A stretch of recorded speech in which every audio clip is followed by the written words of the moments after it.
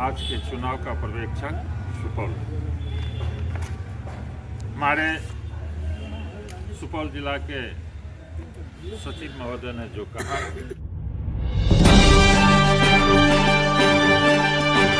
Mithila 9 news Supaul, Bihar के सबसे तेज network. नमस्कार, आप देख रहे हैं मिथिला 9 न्यूज। इस वक्त हमारी मौजूदगी सुपौल जिला मुख्यालय में ही है और आप हमारे पीछे यहाँ तस्वीर के माध्यम से देख सकते हैं।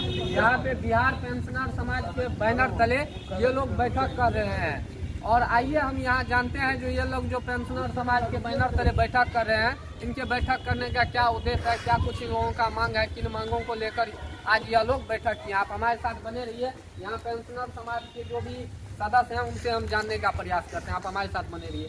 क्या नाम हुआ सर आपका? माधव प्रसाद सिंह। सबसे पहले सर आपका हमारे चैनल मिथिला 9 न्यूज में स्वागत है। आपका भी बहुत बहुत स्वागत है।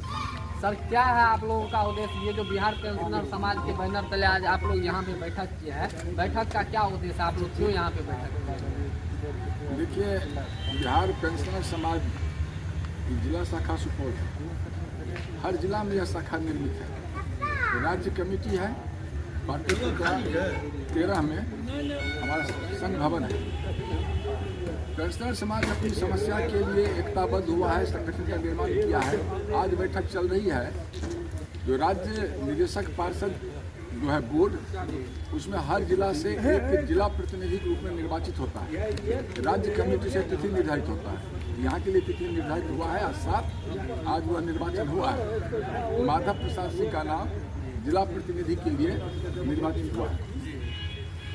अब पेंशन का जो समस्या है, वह मूलभूत समस्या यह है, जो सरकार के पास में जो केंद्र हो या सरकार हो, उनके पास में महत्वपूर्ण संवैधानिक मांगे हमारा लंबित है। जैसे पेंशनर को 3 किस्म महंगाई भत्ता कोरोना के नाम पर रोका गया, उसका भुगतान नहीं किया गया। ठीक है, कोरोना के समय में ही आर्थिक मंदी के नाम पर मनमोहन सिंह की सरकार के द्वारा प्रदत्त इस देश के बड़े नागरिकों को देश के अंदर कहीं जाने आने के लिए ट्रेन, बस, जहाज के भाड़े में महिलाओं को 50% और पुरुषों को 40% की छूट दी गई थी।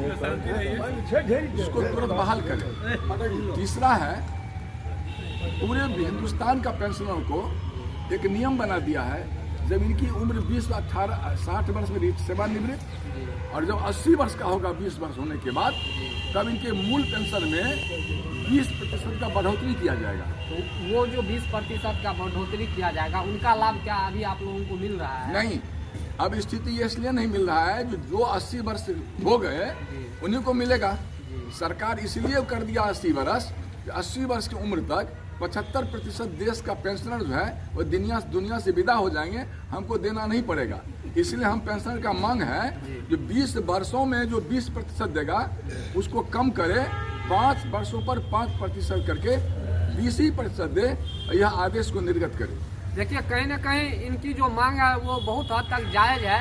जो 20 वर्ष के बाद जो आप 20% पेंशन बढ़ाएंगे या उनमें वृद्धि करेंगे, तो यह बात तय है जो 80 वर्षों तक, 85 वर्षों तक आजकल सेवानिवृत्त लोग नहीं रह पाते हैं। ऐसे में आप लाभ किनको दीजिएगा? तो इन लोगों का साफ साफ कहना है सरकार से, जो हम लोगों का उम्र यदि 60 वर्ष हो गया है और आप बढ़ोतरी कर रहे हैं, तो 5 वर्षों के बाद उसमें 5% की वृद्धि करें, यानी कि 65 वर्ष के जो हो गए हैं पेंशनर लोग, उनको जो है इस सेवा का लाभ मिले। क्या सर, यही मांग है? और दूसरा है, अभी आयुष्मान कार्ड स्वास्थ्य सेवा के लिए आयुष्मान कार्ड निर्गत करता है।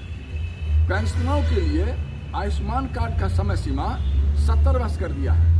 जिन पेंशनरों का उम्र 70 वर्ष होगा उनके लिए आयुष्मान कार्ड निर्गत होगा।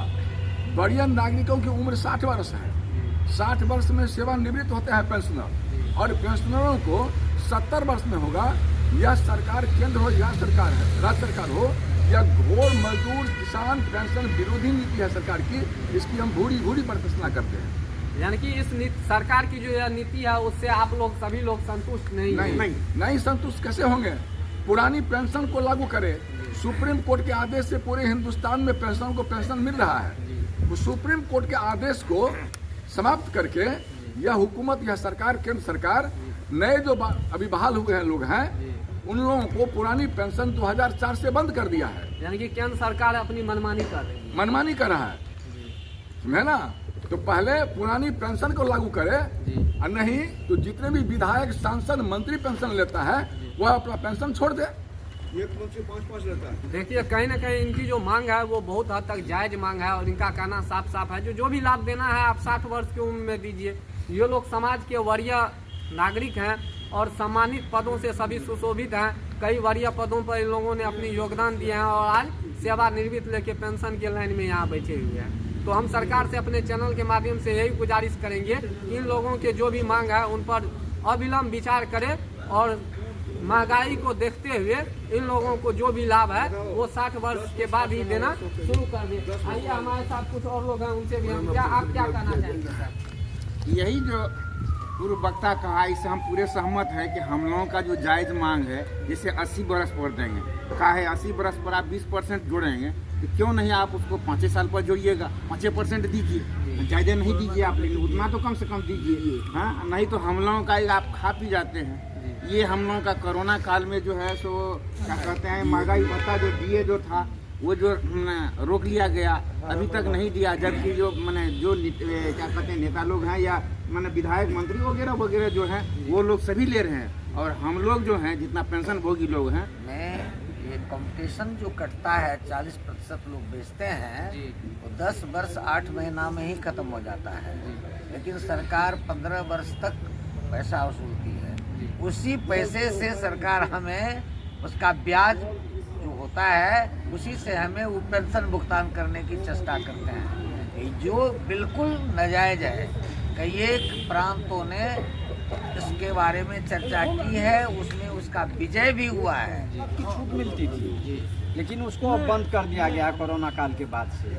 तो इसमें हमारी मांग है जो हम लोगों को पुनः बहाल होना चाहिए। अच्छा, वो जो 40% की छूट है रेलवे में, वो आप लोगों की मांग है जो वो पुनः दिया जाए। बस में रेलवे में सरकारी बस रेलवे जो भी पहले सुविधा मिलती थी वो सुविधा आप लोगों को दीजिए। एक बात और है, इस संगठन के माध्यम से मैं कहना चाहूँगा, जो MSCP होता है जो कृषि यूनियन है, उसमें प्रधानाध्यापक जो है मिडिल स्कूल के जो सीनियर वेतनमान है 5400 ग्रेड के में, उनका अभी तक नहीं बना।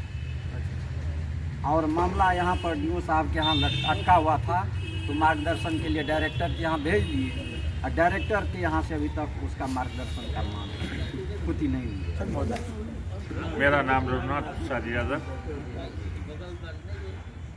पेंशनर समाज जिला सचिव सहरसा, सह पर्यवेक्षक,